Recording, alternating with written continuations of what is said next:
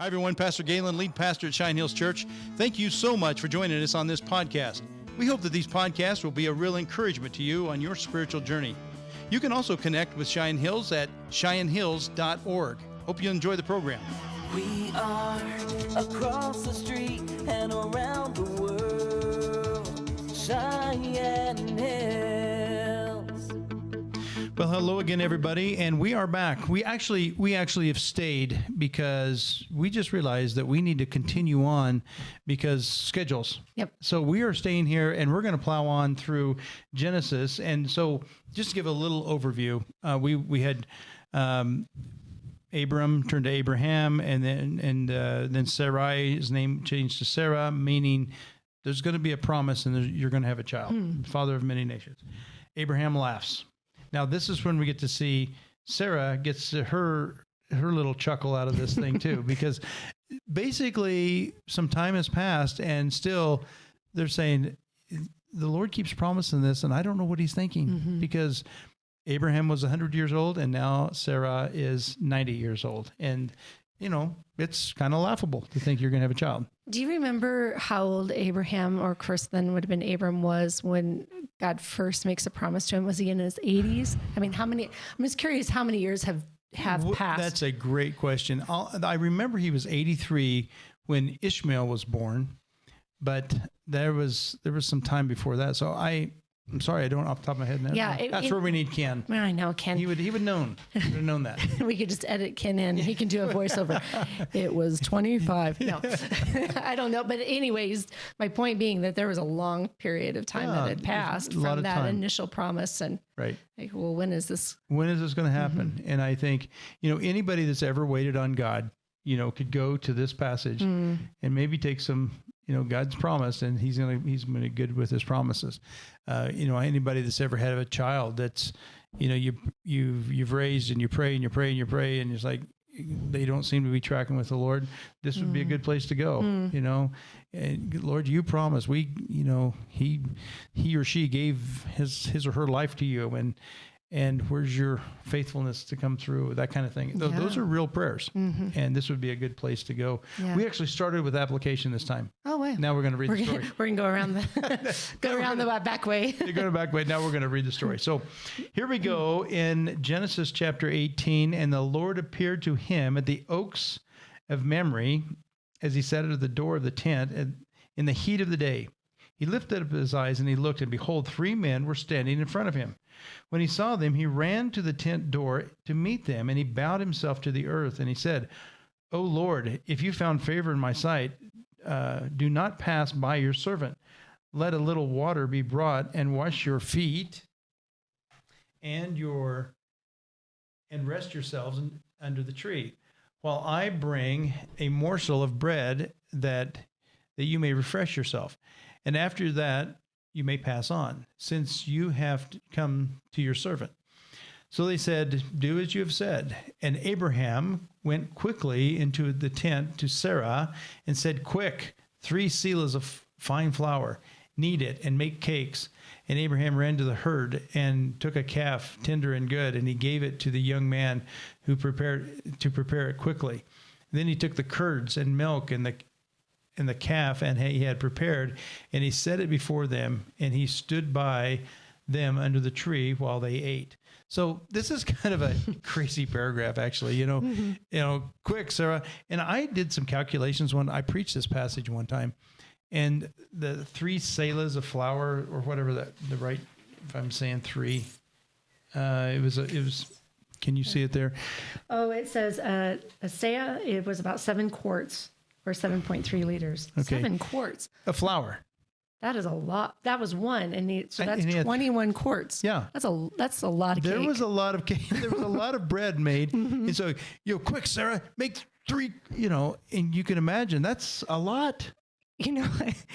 my husband sent me to Menards last week looking for a nail with a washer on it. And that about just made my head explode to try and like find a needle in the haystack at Menards. Yeah. I can only imagine how she was feeling, make like, all this cake out of. Are you kidding me? What am I supposed to do? 21 quarts of flour and yeah. Well, so, and they actually had extra left over that took with them, I think. It's kind of a funny scene though to think about.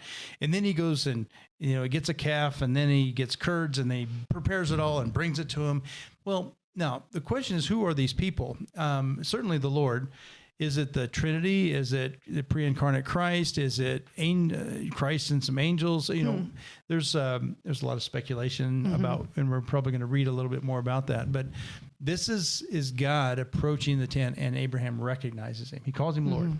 Capital L, Lord. So he did recognize them. He didn't think that they were just sojourners, or he would have known that they were important, obviously, but I think, the text gives us the "O Lord," capital L.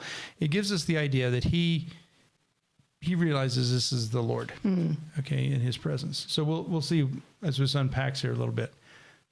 And then he said to him, "Where is Sarah, your wife?" And he said, "She is in the tent." And the Lord said, "I will surely return to you about this time next year, and Sarah, your wife, will have a son." And Sarah was listening at the tent behind him. Now Abraham and Sarah were old, advanced in years, and the way of women had ceased to be with Sarah.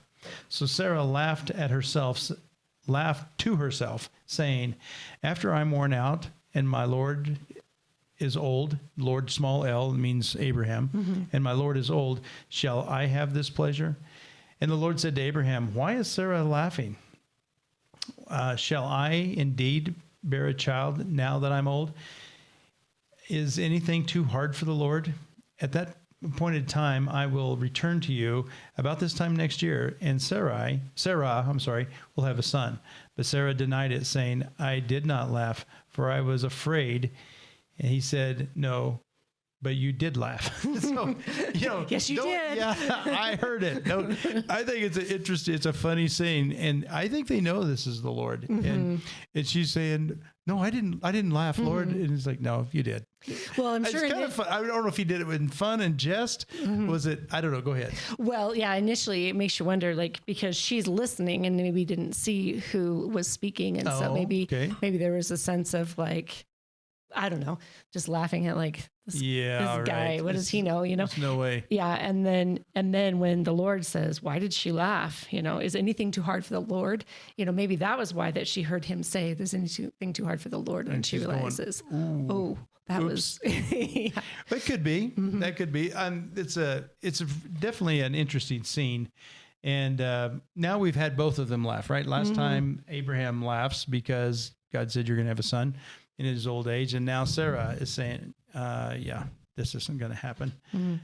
So I don't know. It's a little, you brought this up last time, Mary actually in that passage we preached on not long ago was the, "Let it be to me as you have said." She didn't know how she was going to bear a son. And yet she had this faith, and it seems like God honored that faith. And this doesn't seem like much faith. But what we have to remember is that God had made a covenant, right? And it's written in his own hand, if you will. He signed it. He alone signed it because Abraham was fallen as asleep. He passed through that covenant, those sacrifices. And so it's not so much nothing is hinged on their faith or their lack of faith. It all hinges on his promise. Yeah. And I think, I don't know, I take a lot of strength in that because, we talked before about, children that are not, walking with God, but they started out walking with God, or a spouse or maybe whatever it might be. We can be faithless, but he is faithful because he's faithful to his own word. Yeah. And he said, "I will establish a nation, a great nation through you, Abraham. And Sarah, your wife, is going to have a child. And regardless how faithless or how lack of faith you have right now, nothing's too difficult for God." So I think it's an interesting passage. It's a powerful passage with a big message, I think, for all of us that are trying to slug it out in this Christian life, and you were wondering, Lord, when are some of these promises going to come through? And I don't think that much has changed, and certainly God has not. Yeah, absolutely. I just can't help but think about just how amazing that had to have been for them when Isaac was born. Well get to that in a little bit. Can you imagine? Just the fulfillment of that promise and knowing, and then of course, going forward and being asked to sacrifice Isaac. Like, I don't know, there's just so many things in it that you just have to wonder, you have to wonder what they were experiencing. And then of course, I know you shared about when you babysit your grandkids, how tired you get. Oh my God. Humanly speaking, being that age and having a 3-year-old running around. It's just, there's definitely a reason to have kids in your 20s. That's for sure. You have some energy left. Well, anyway, there's Genesis chapter 18, another promise, another laughter. And we're going to see, now really it's going to transition into this whole idea, the rest of the chapter. And we're going to take another lesson at this, but another segment of what do you call this podcast?